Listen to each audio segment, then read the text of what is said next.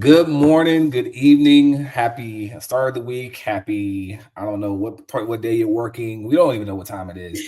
Welcome to After Dark Sports with Kayla and David.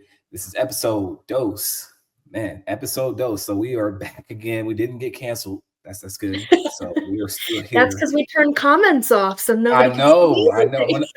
I'm going to ask. So me being not the brightest when it comes to just like, understanding how this whole, you start a new account and then you post content. I'm like, I'm just going to start posting stuff, and so I completely forgot to turn on those comments. They will be on for this episode, so you guys can comment and talk to us, talk trash about our teams, talk trash to whatever you guys want to do down there. Just as long as you guys keep it within guidance, of Just don't course. cancel us. Please don't do that. All right, so we're going to introduce to you guys a couple of new segments this week. We just want to kind of continue to play around with the show, continue to make it better for you guys, and we always want to start with just a wellness check. Just see where we're at. What the wellness check is. What's going on in the life of David and Kayla these days. What are Mhm. we into? What are we doing as individuals? I actually want to start and talk about a new show that I got from I started being, binge watching over the last week. It's called The Pit on Max. I don't know if anybody, knows what that is, but basically, Kayla, I became a nurse this week. Um, so the show is about you basically go on a shift with a nurse who has pretty much he had experienced the pandemic and saw a lot of people die. So he has kind of a spot for that, and he's like very pressed on not losing anyone. He's all about kind of, he's the lead guy on the floor, right? So you're seeing all these medical emergencies happen, but you're like following the shift as it goes. So you're like he comes in at 7. The first episode is from 7 to 8. Then it's from 8 to 9, and all this wild stuff comes, and you learn about the characters and their residents. So people who are trying to become nurses, and they have personalities. So there's a girl there that like she's very sassy, and nobody really likes her, but she helped save a life, but then she uncovers that one of the senior nurses was taking medication out of the hospital, which was a whole thing. And then near the end of the shift, like just as they're about to go home for like the season finale, there's a mass shooting that the main character's son is at. And all these people have to come in. You see the process of them shutting down the hospital, basically kicking all these people out of the emergency room, saying, we need beds. We're gonna bring all these people in and treat them. And it is like, wow. So I have really binge watched. It's different. It's not like all these, nurse shows that you see where it's Mhm. like these diseases nobody can explain. Like he has tuberculosis and it's going, hiccups and all this other stuff. It's like stuff that's relatable. It's like, oh, he came in because a light pole fell on his leg and we have to send him to surgery.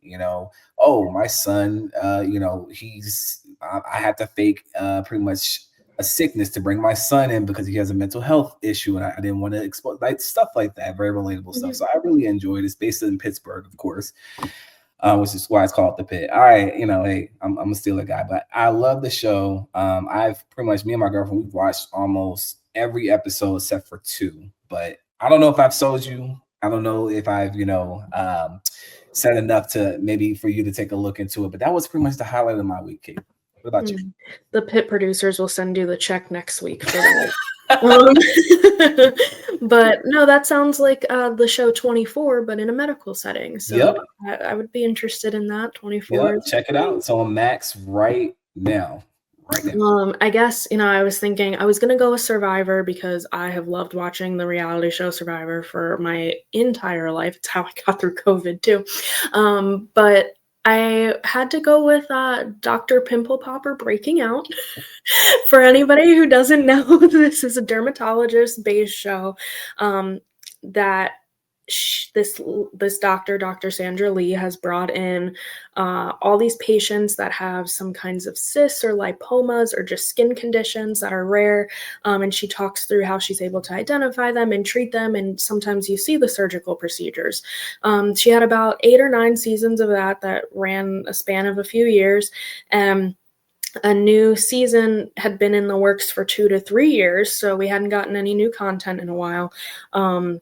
But it only was on like a pay-per-view like streaming service instead of just readily available. So I became one of those bougie people and paid the price for this season. And it's just so fascinating. I think people are like, oh, why would you watch like when you squeeze out these cysts of people? Like, yes, that is gross, but oddly enjoyable. I guess probably because it's not me. But also like learning about all of these different skin conditions. Like I would never know some of these things exist, or like how people get them, if it's like trauma based and why it sticks around and goes into genetics. And I don't know, I guess I'm kind of a nerd in the sense that I like kind of learning about that stuff. So this new season is her kind of being in the transition towards the end of her career, passing on to other dermatologists that will be coming in the future. So I've watched probably like 5.5, 6 hours of that this week. And yeah, I'm excited to watch the rest of the season. So that's my binge-worthy show this week. Yeah, no, it doesn't sound crazy because I love a good pimple pop video. There's something so soothing about just seeing white, sometimes yellow, sometimes just odd color stuff come out of somebody's skin. And it's like a rabbit hole. It's like once you kind of start it, you just keep going and you're like, how did I get here? It's been 2 hours and I've been watching people's skin but it's just, I can't take my eyes off it. It's just, for me, I always thought it was weird as a kid growing up when I used to do it. I'm like, ew, like that's not normal. But there are channels that are dedicated to that. And this is a legit, like, people obviously make a lot of money, a lot more money than I'm sure that we make, but right, to do this on a daily basis and to pop pimples and to put it on Snapchat or Instagram reels or whatever and just make a living off it. That's, so it's not far-fetched for me. So I get that. I understand that as a whole. All right, you ready to get into the show, Kayla? Yes. Okay. If we haven't grossed out all of our watchers. If we did, just skip it next time. It's all good. It's all good. At the end of the day, we're two normal people that just love sports, guys. Yes. But we're people too. Well, I did realize that I did not on our pregame sheet write like my topic for that discussion. So quickly, since we wanted to talk about check-ins and things of the week, the station that David used to work at with me, we got an Edward R. Murrow Journalist Award as a station for our continuation of coverage for the Francis Scott Bridge collapse in Baltimore. If you're not familiar with it, just Google it. But we have now done more than a year of stories, the breaking news the day that it collapsed, when a dolly ship hit it, to, covering the funeral for the people who died in that accident, but then also the process that it's been for getting funding to build a new bridge, the obstacles they face, the extradition of the people on this ship, the crew that haven't been home. And so it's a long form journalism, something that I didn't get to do a lot in my career before I came to WBAL. So it's really nice to be a part of finding these stories that are related to this topic and seeing them produced, but then also see that it really does help people. And I joined journalism and wanted to be a journalist because I wanted to make a difference in somebody's life, and I wanted to be able to inform people about stuff they needed to know about, and that this award encompasses all of that. And it was just a relief. I don't obviously do journalism for pay or for awards, but every once in a while it's really nice to be like, hey, what you did was really fucking good. So no, absolutely. I'm gonna take that. Absolutely. And I mean, I worked morning shift when that bridge collapsed at BAL. Everybody was checking on me that day, and I'm like, there were 6 individuals who are no longer with us, unfortunately, and their families were impacted. And I think what I would take away from that, first off, congratulations. I mean, to the station. That's awesome. An award for you too. You did enough time in that. Oh yeah, take it in. So congratulations. For sure. No, I appreciate that. But I will say, like, I walked away from that never thinking about the rewards later on we're going to get for that. It was more to me like, hey, this is a devastating event. Everybody's been across this Francis Scott Key Bridge who lives in the DMV at some point. And it's an iconic bridge. When you come in, you see Baltimore. You see, it's a bridge that represents the city. And it was a really sad day. And so to see everybody come together, whether it's egos involved, but just everybody kind of put things down and said, hey, this is serious. Let's put on our A game. Let's make sure we're all okay. And let's make sure that we're staying on as long as possible to inform people about what's going on. And so, shout out to Lacey, shout out to Megan, shout out to Brianna, shout out to a lot of my colleagues I work with. They were on air for hours, and even when I came in that night, you guys were just finishing and wrapping up being on air. So we're talking about nearly almost, well over 12 hours of TV nonstop. I mean, sometimes not a commercial break for hours to keep people informed, and you guys are still covering it, the aftermath, and obviously with everything going on with funding right now, and whether it's going to be enough money to pay for it within the state, it's still ongoing thing. So the story still tells itself. I'm excited for the Netflix documentary. It's going to come out in like another 2 years. Where were you on the day? All the BAO and CBS affiliate, and pretty much all the stations, who covered that day, not just BAO, what their perspective and the people who are involved. It's going to be really exciting. But no, that's awesome. I'm really happy for the R word, right? And just being able to look back and say, because I mean, it's rare in this industry to win a award like that. So I think that's really special and something that I can look back in my career and say, you know what, I did something good, and I didn't have to like fight all these years to, finally get that moment. It's kind of like a big event that, really continues to impact a lot of people. So that's awesome. That's really awesome. All right. We're going to move into a new segment we like to call hot potato reaction. So look, obviously there's a lot going on in the sports world. We want to talk about them all. I'm sure we're going to miss something that happened this past week or that's coming up, but we're going to give you a reaction about some of the bigger issues that happened so far this week, or just we're trending, right? So I got to start with our team. So if you guys didn't watch episode 1, I am a Pittsburgh Steelers fan, and Kayla, she's hanging tough with the Miami Dolphins. It's we're going to see what happens. But both of our teams are in trade talks, or rumored allegedly to be in trade talks. And at the center of that trade talk, I'm actually going to share my screen so you can see. I'm going to do a trick real quick. Hold on.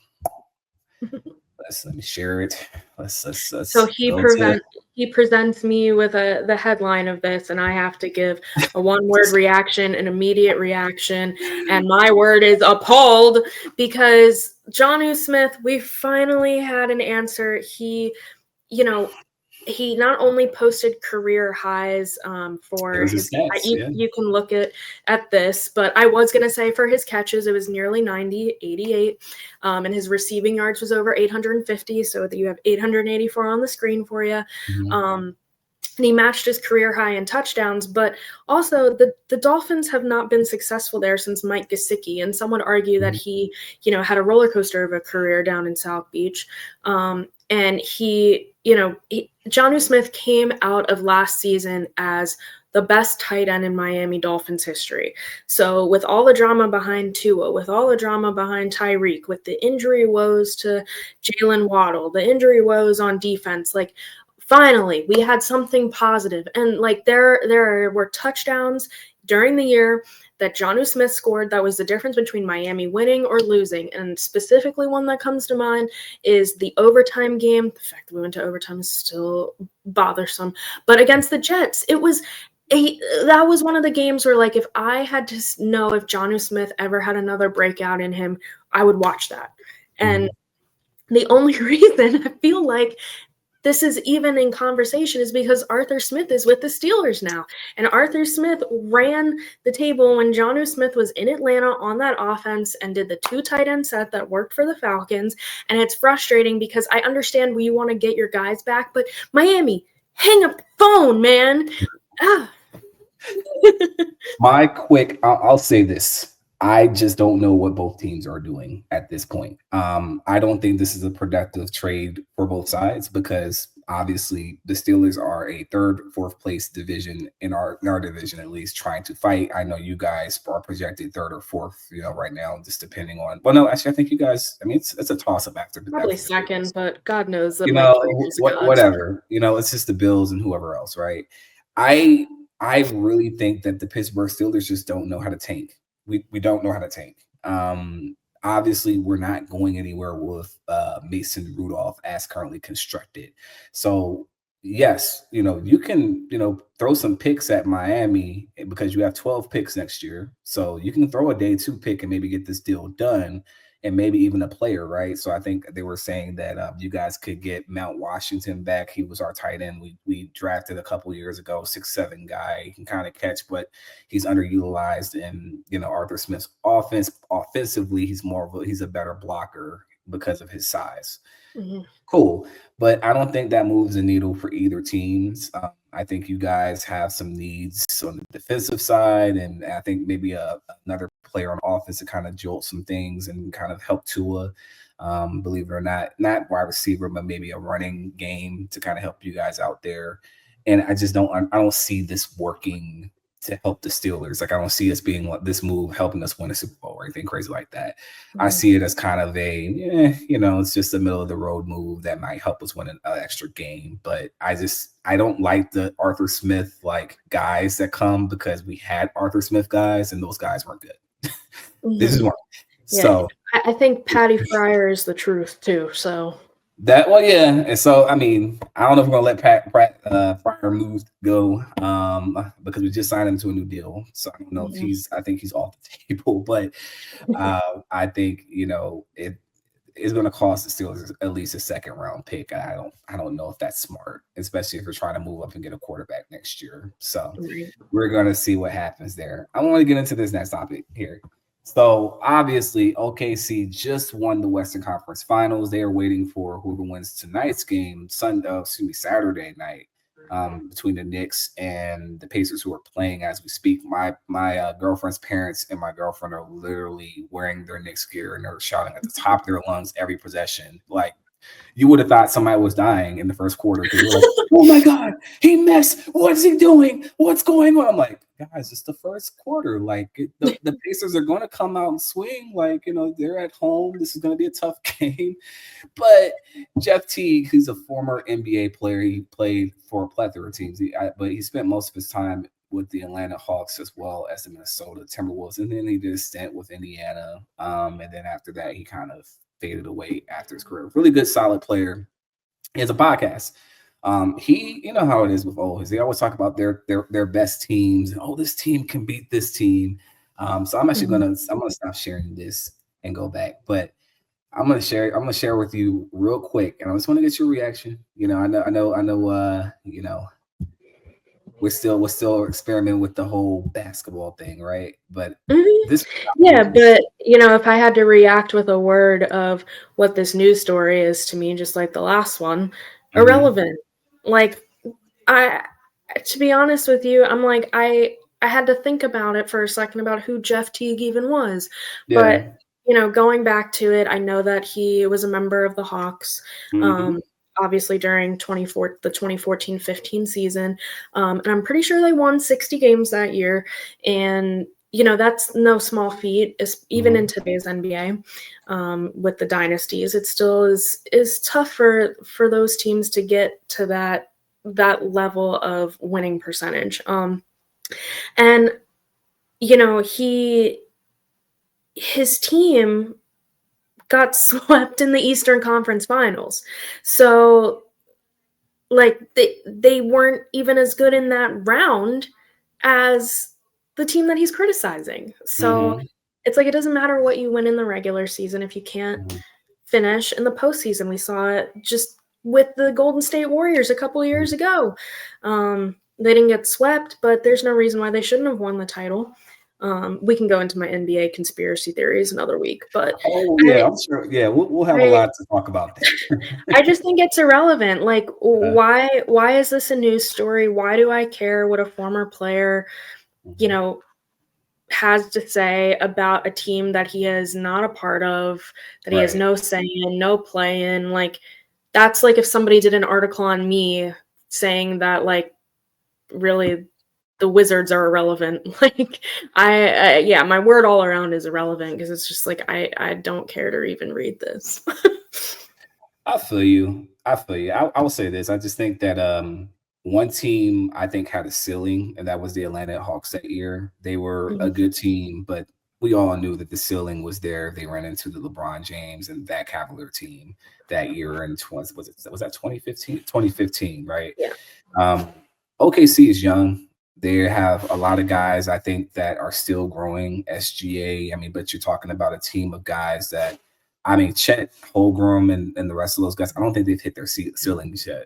And that's the scary part for this team. I think with age, they're going to become even better, and they're having immediate success. They almost remind me of what Boston was a couple of years ago with, Tatum and Brown. You have a 2 young superstars, and then you have a lot of, some young pieces and a couple of vets come in and kind of help the team out. And I think that OKC emulates that to me, and they just had the higher ceiling. So I'll leave that one there. Man, a lot of news. Yeah, it's a different buildup of roster. It's so hard it's apples to oranges. Again, you can't. I clearly feel some type of way, but no, I know for sure. For sure. So tell me what's going on with these A's. Well, I have to. You have to react just like the way I did. It's not as clear cut as yours was, but towards the beginning of May, they were 1 game out of first place in the AL West. At the beginning of the year, they had the MLB home run leader for multiple weeks. They had promising prospects that have been coming up, like Jacob Wilson, their shortstop, is, racking up hits, and he had I believe, 14-game hit streak to begin the year. So, their offense was driving, and their pitching staff was the ones that were letting them down, but they were winning these games because of the power of their offense. And in years past, recent years, the A's either strike out or they hit home runs. They were in the top, I want to say 5th of the league in home run hitting in multiple previous seasons, but they were also in the top 5th for strikeouts. So it was one or the other, but for some reason they made it work. But it seemed like this year, even though they have questions in the bullpen, their offense was driving. The hitting coaches were connecting with players. They were young. They were doing well. 1 game out of first place in the AL West, and then they just hit a rut that didn't make any sense. They went on to lose 11 games in a row after that Mariners series.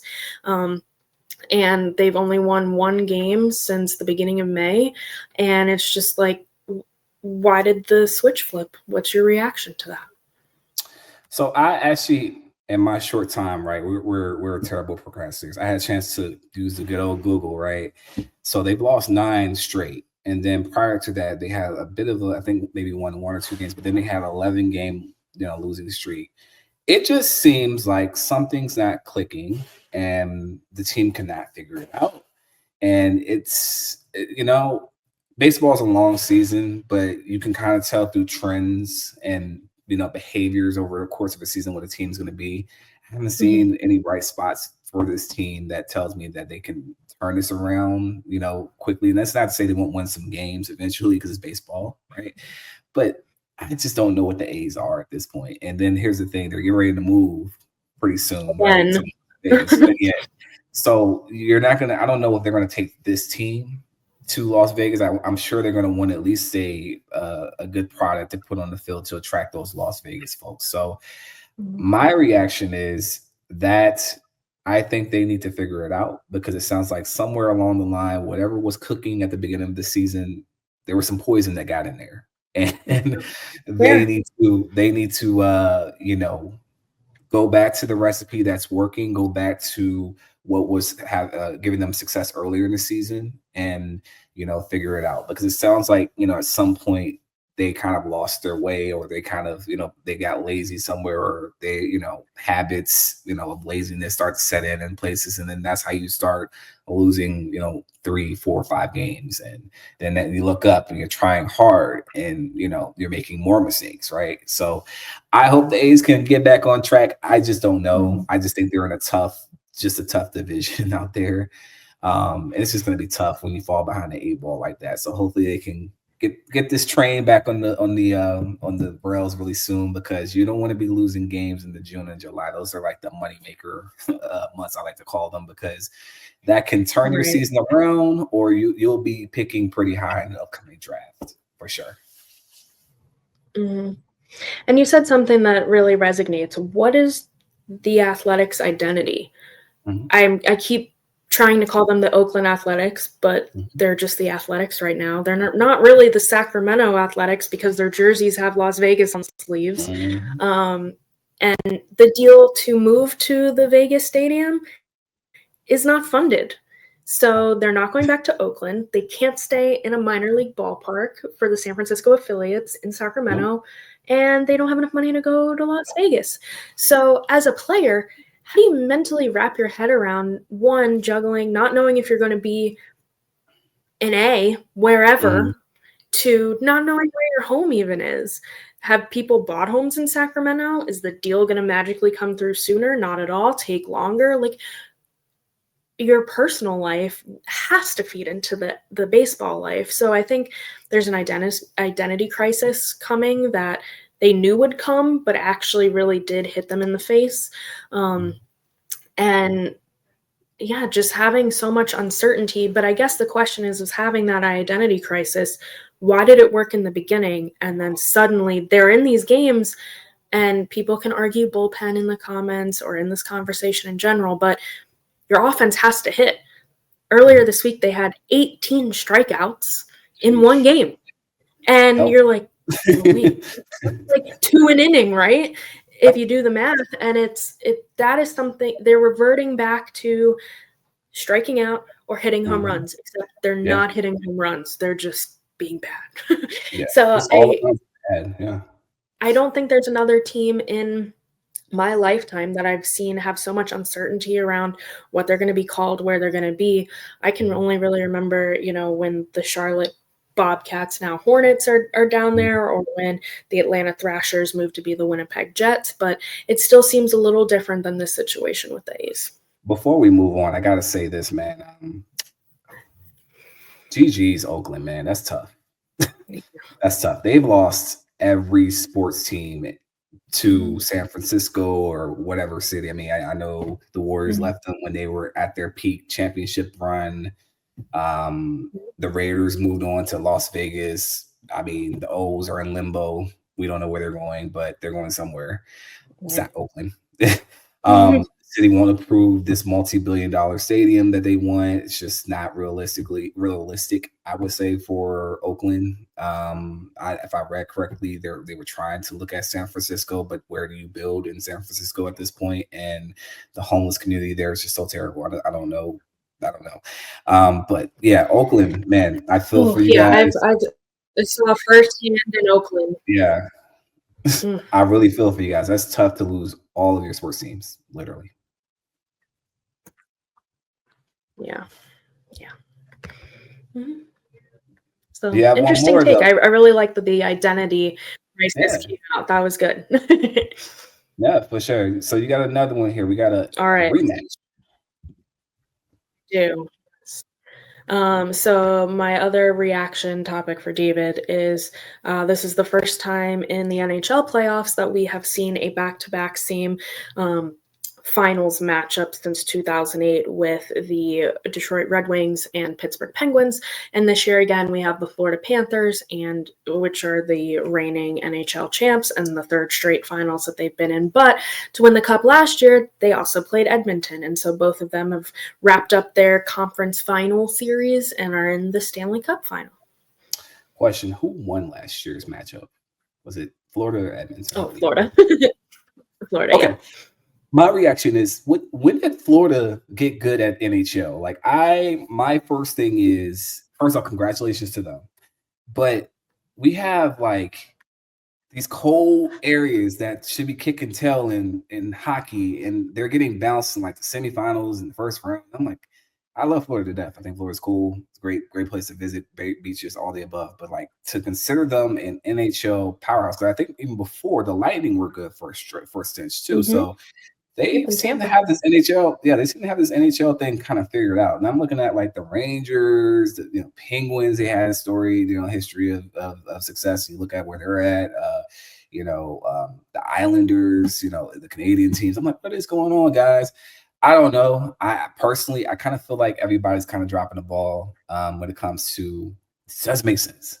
It's hot down in Florida. Okay, they don't. Those folks don't know what's going on the ice rink. I mean, but somehow they're still making it there. So that's a little head scratching. I don't know much about Edmonton as a whole. But it seems to me whenever traditionally there is a rubber match, right?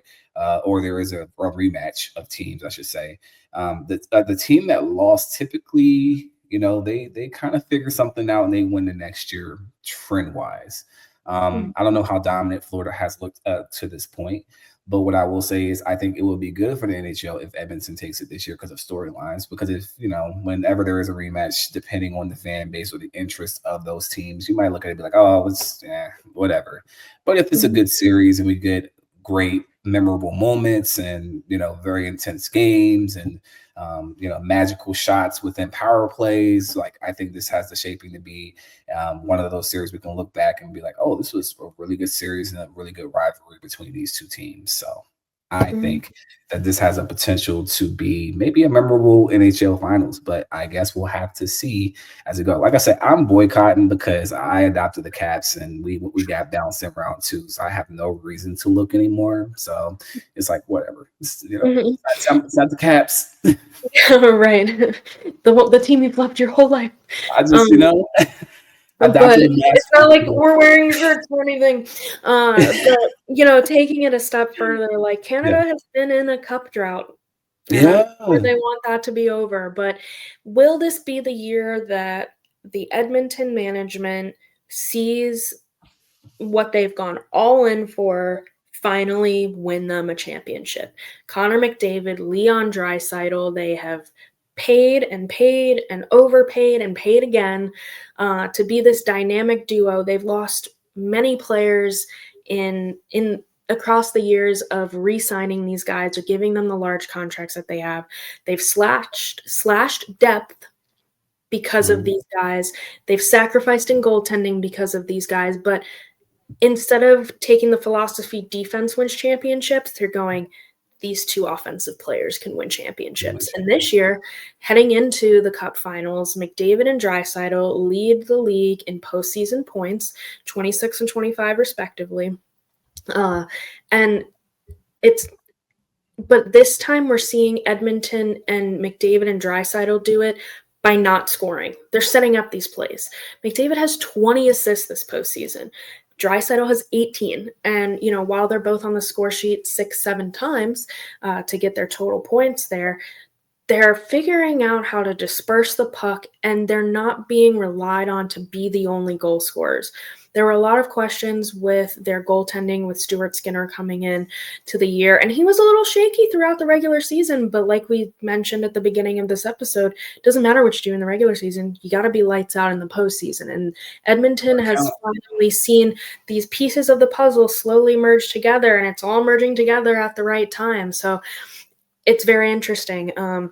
And I happened to pull up the playoff stats for this season just to make sure I got those numbers right.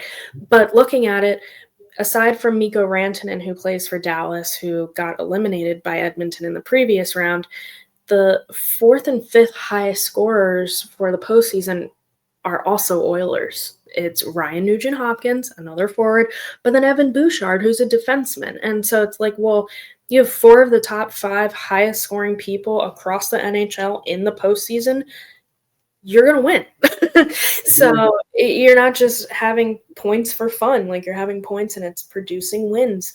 And Florida comes in at 6 and 8 and 10. And, they have some guys in the top 10, but Edmonton's being dominant in almost every category.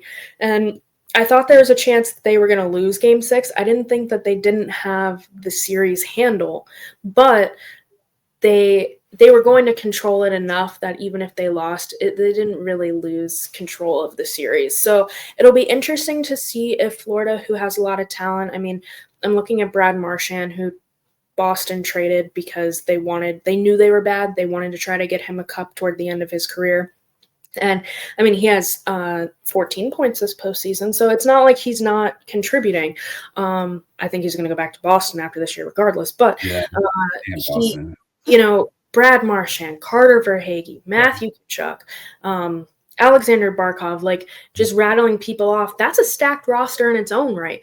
Yep. So having, the storylines like you talked about, the rematch of all these great players, but seeing the success or the lack of success between each one, I think it could really come down to goaltender play. And Sergei Bobrovsky for the Panthers, nearly choked it away last year, and he's still in net for them this year. And, Stuart Skinner's doing a lot better, but is that going to, in these high intensity, I don't think Florida or Edmonton in these playoffs has played a roster like they're going to play in the Stanley Cup final. Word. And this is why the NHL needs to hire. This is why the NHL needs to hire you. I mean, full analysis from Kayla, and I'm like, these names. I'm like, I think I know him. I think I know. Yeah. I've heard of them. Yes, I heard of them. I need to study some more of what's going on in HL for sure. Hey, look, guys, that's going to do it for this week. But before we go, we want to tell you kind of what's going on in the future. We're going to introduce some more segments. Of course, we're going to expand this, and I'm going to open the comment section this time. Make sure you guys can comment. Look, please support, please like, please subscribe to our channel. For sure, the goal ultimately is we want to do this live. We want to be able to see your comments and react in real time, which will add another layer to our show. But we can't do that without your support. So spread the word, tell people about our podcast, tell people it's pretty awesome. Eventually, we're going to open other platforms as well. So if you don't have, feel like listening, or you don't have time to listen on YouTube, you can do it on maybe some other platform. We don't want anybody to get fired. Okay, we all got to get paid bills around here, so please don't get fired on our behalf. Full disclosure, we were not responsible for replacing your job, but we want you to be able to listen and enjoy the content for sure. Kaylee, do you have anything to add before we head out? Yeah, we've been looking into things like Apple Podcasts. I know we've talked about Spotify. We're doing some homework on that. But if anybody has some tips about starting that, David has done really well with StreamYard and YouTube, and he's a blessing for doing that. But yeah, we're looking into the other platforms, like he said. We're trying to come up with ideas.